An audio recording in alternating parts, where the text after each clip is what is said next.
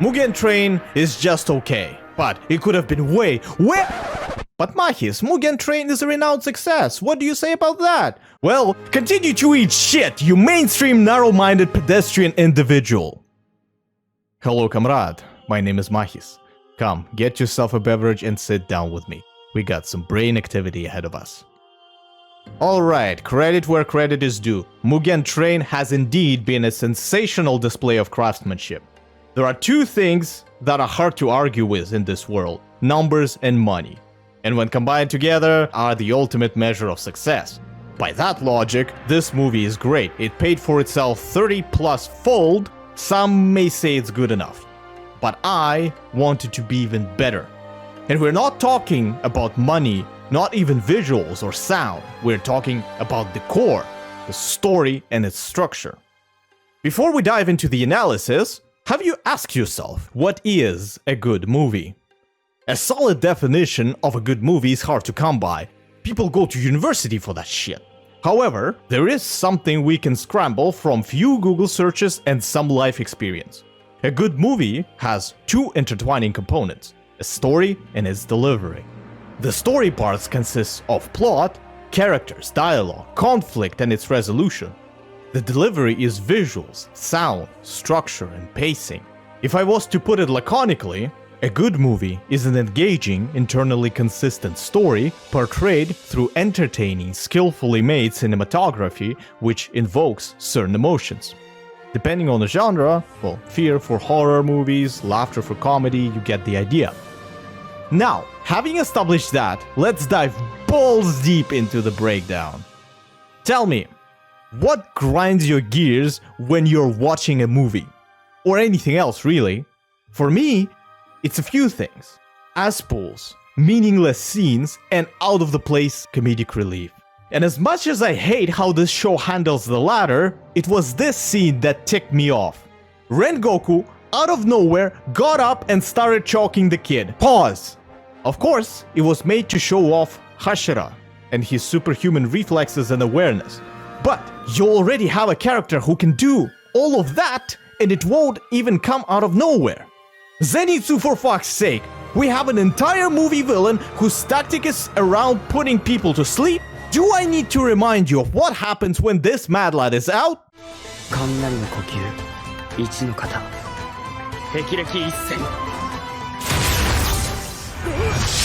This movie is a perfect opportunity to show off and develop Zenitsu.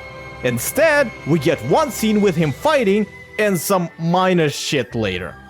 Why do you waste a character like that? He already suffers from this nonsense that he does with an annoying frequency, and you do him this dirty?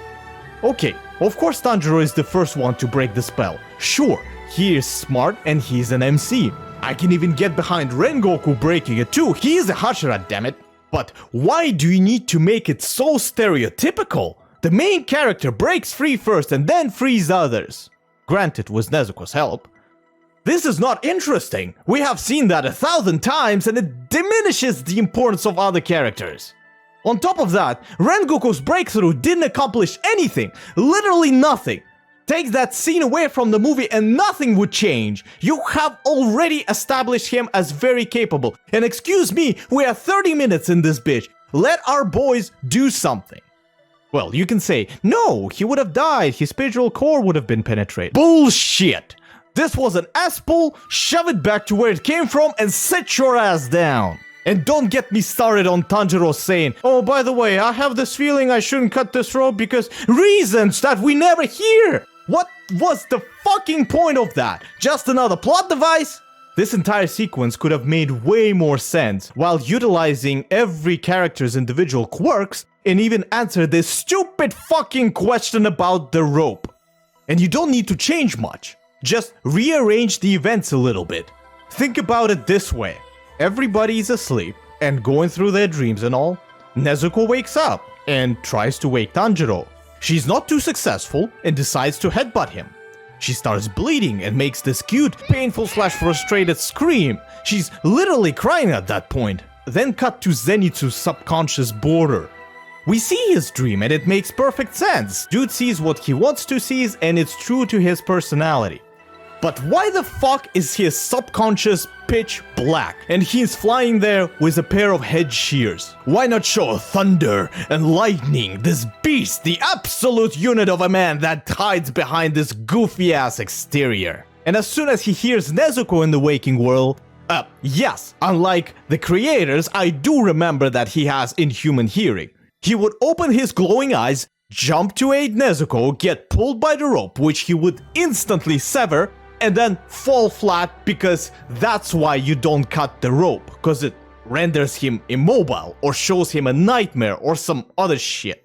This commotion causes Rengoku's instincts to kick in, because we were told by Emmu that the operation should be calm and collected, or it will fail.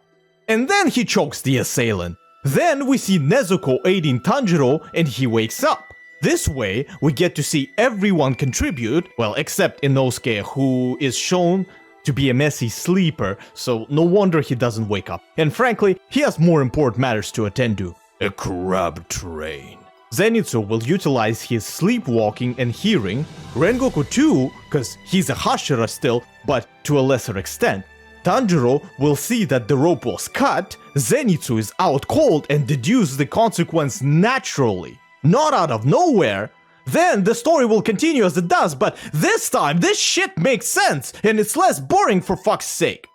Even though I keep ranting about how they don't utilize the characters, this movie does a pretty good job establishing them, even if we watch this as a standalone piece. How would you view this movie if you didn't know who these four were? Would you be out of the loop and won't be able to relate to them? Well, aside from that abysmal bit with the boys flying around Rengoku praising his ass, which I would have forgiven if it was a dream, but because shit can happen in there. Hell, if people see what I see in my dreams, through the dreams we could see Tanjiro's personality, his grief and motivation. Rengoku got some character development, we have seen his tough past and where this crackhead personality comes from. Zenitsu could have been better, as I've suggested, but his and Inosuke's give us the correct idea. They are both, unique snowflakes, so to speak. Even getting out of the dream process does them justice. Tanjiro and Mr. Haven't Blinked since last Hashira meeting go out through their wits, while Zenitsu is better off asleep and Inosuke had to be rescued. Not to be mean to him, but he's not the brightest bulb in there. He has other things going for him though. However, the villains were not established well. We got no background, barely any motivation, and unless you have watched the first season, Enmu looks like any other obstacle for RMC. Okay, granted, he is slightly more interesting obstacle after that scene. Damn. When was the last time you've seen a compelling, competent villain? I swear, it's all the same shit over and over again.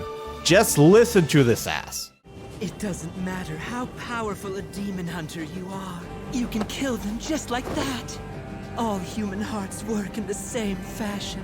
They're so pitifully fragile and weak. Why does every fucking villain has the same exact line where he or she is better than everybody else and either all of them are the same or helpless idiots? Well, I can relate to the idiots part, but Enmu, you are one yourself! He wants to feast on the humans and kill Hashira along with Tanjiro to please Muzan to get more of his blood and get to the upper moon ranks. These at their core are very selfish desires and benefit mostly you, not your master and the squad. And that's my first problem with this dude. Then this motherfucker comes up with a very elaborate plan to perform all of this. Fuse himself with the train, not to die to stupid stuff. Developed an entire dream world that separates consciousness from unconsciousness, and in the latter there is a vulnerable spot that needs to be targeted by his minions, who he has solid control over. Damn. Demiurgus would have gotten a fucking boner if he learned about this plan. Except he wouldn't have, because this is overcomplicated garbage. First and foremost, where is the contingency plan? What if this doesn't work? You need an option B, C, Z. He's up against the Hashira, but he's too stupid to be anything but overly confident. I know math is tough, but the more parts in the machine equals more parts to break potentially. This is not rocket science, this is strategy 101. And what's even the point of getting into their dream to snipe the core when, unlike demons, humans die so freaking easily? Why not stab them through the eye with that needle thing? Now hold your horses, Mahis. We are told that this needs to be done very gently. You need to tether them with a rope, and that will allow them to invade, so they can't feel anything. Fuck me. Is your brain even on a power saving mode, or it's completely shut off? Try wrapping a piece of rope around somebody's wrist with their eyes closed. Mind, you will most likely need to pick up their hand to slither the rope underneath and measure how much time it takes and how much of that the person will feel. Now, watch this clip of a very motivated person with a sharp object in their hand. Now imagine this. It will blow your mind. You need one stab through the eye and Rengoku becomes then Goku, as he will be considered past tense. As usual, if we utilize any logic in an evil master plan, a show would end way faster. But his genius doesn't stop there. Because when he faces Tanjiro after that speech, which sounds worse than nails on a fucking chalkboard, he performs a sleeping attack. Tanjiro gets out. Enmu is confused and does it again. Tanjiro gets out faster. Guess what Enmu does? Does the same fucking shit while being more confused. Vas, help me out over here. What was the definition of insanity again? Doing the exact same fucking thing over and over again. Expecting shit to change. Tanjiro has already broken your sleep. Why would you use it again? Okay, sure, use it again to make sure that it wasn't a fluke. But why do you keep using it while being so confused? He does change his tactics a bit by showing him nightmares instead. But again, his imagination is lacking. I see he wants to invoke guilt. But Tanjiro knows that they will never say that to him. Be more creative. Show Tanjiro that he is the one killing his family while they are begging him to stop. Boy, just look at her. This is a result of your actions. By doing nothing, you practiced sloth. You killed her. It was all your doing. With my arm, with my fingers. It was you. It was you. It was you. It was you. It was you. You killed her. Now that is a nightmare. Then he didn't think about anything better than to transform the train and attempt to hentai everyone in its immediate proximity. Why wouldn't you do that while they were asleep? And I dare you to tell me that, oh, they would have noticed it because now he's a train. Bullshit! He has fused himself beforehand, at least before confronting Tanjiro, and I bet it was way before, cause I doubt he would be able to do that in an instant given the size of the fucking train. Then when everyone is awake, he decides it's time to eat these pesky humans, and surprise surprise, he can't do that because our squad is epically defending everyone. Now he's at full disadvantage, has to keep everyone occupied so they don't go for his neck, but we do find forces to come through anyway, because Rengoku is carrying harder than Yatoro, and now Enmu has to face our boy and Inosuke.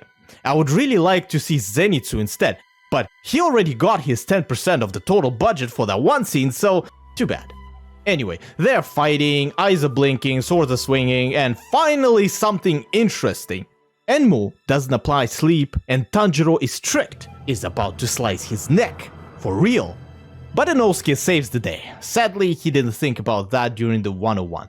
But his loyal conductor, MahisTV, who charges Inosuke screaming, "Look at me, I'm Stabby McStab coming to stab you in the gut. There's no way you who just woke up from the nap in the middle of combat with adrenaline pumping, all senses on high alert, superhuman agility and flexibility, beast-breathing demon slayer going to dodge this." Oops, he didn't. And Tanjiro, who previously knocked two kids out before they could even react, jumped in front of Mr. Stabs and took a hit for Inosuke. Wait, Mahis, they were in the middle of combat with a very strong demon. Inosuke has a boar mask, he can't see behind him, and Tanjiro is getting tired, so he didn't have enough strength to redirect or parry and took it. Well, I agree, you do have a point. Inosuke's vision is definitely impaired, but he is dodging tentacles around him like he has a fucking Byakugan, on top of the fact that the conductor was yelling on top of his lungs. What a shame. Speaking of which, his claws are supposed to repel demon claws and shit. Well, it is a needle, so it could go in between fibers, so I'll let it slide. Pun unintended. Back to the fight. Even after all of that, Enmu's neck suffers a catastrophic failure, and this ugly ass contemplates his life choices as he understands that he has failed miserably. Squad is dealing with the aftermath, people are saved, Tanjiro is messed up, and Rengoku helps him to advance his breathing and all, but I feel cock-blocked. Well, you've heard me ranting about it long enough, in which case you should consider liking, subscribing, and leaving your thoughts in the comments. I would like to hear your opinion. And here he comes, Akaza. I'll be upfront, I loved his entire persona. Hell, this movie was absolutely saved by him. Where do I even start with this guy? Well, of course with something I don't like. Who do you think I am? The only thing here is his explanation of why he went after Tanjiro first. He said it is because he despises the weak, or something like that. I immediately thought, oh, not again. However, he likes to better himself. The weak will not help him do that, nor will they yield a strong demon after the transformation. This is fundamentally different from Enmu. This Chad is thinking about the betterment of his squad, strengthening himself, and recruiting more strong demons for Muzan. Anyhow, before we get any further, one particular aspect of the first few Akaza scenes. Music, more specifically the lack of it. When there are no sounds, what do you focus your attention on? Dialogue? Visuals? Yes, but it also helps to create tension. Makes you understand the severity of the situation because there is fewer distractions. Then he proceeds to attempt to recruit Rengoku into the ranks of demons. And he's not joking, that's a sincere offer. Moreover, he's respectful, doesn't treat him as food, granted not as equal, but he wants him to become his equal, so he can get stronger, live a long full life, spar together from dawn till dusk, and go plus ultra. I have to say, that's a convincing sales pitch, and the fact that Rengoku is not buying it speaks volumes about his will and determination. Unfortunately, Knuckles, to his great sadness, has to dispose of him, and the standoff was great. Hell, the entire fight was awesome. Stakes are high, choreography is beautiful, effects are stunning, the budget is burning, and all that good stuff. Lastly, I really like Mr. Stripes ripping his arms off to escape. Akaza is so far the most mature and interesting demon, reasonably cocky but still praising his opponent. He even has a code of honor of sorts. Keep it up. The entire emotional side of things was well done too. Flashbacks gave more depth to our man. Fuck, I was almost got by his mother's last scene, damn it.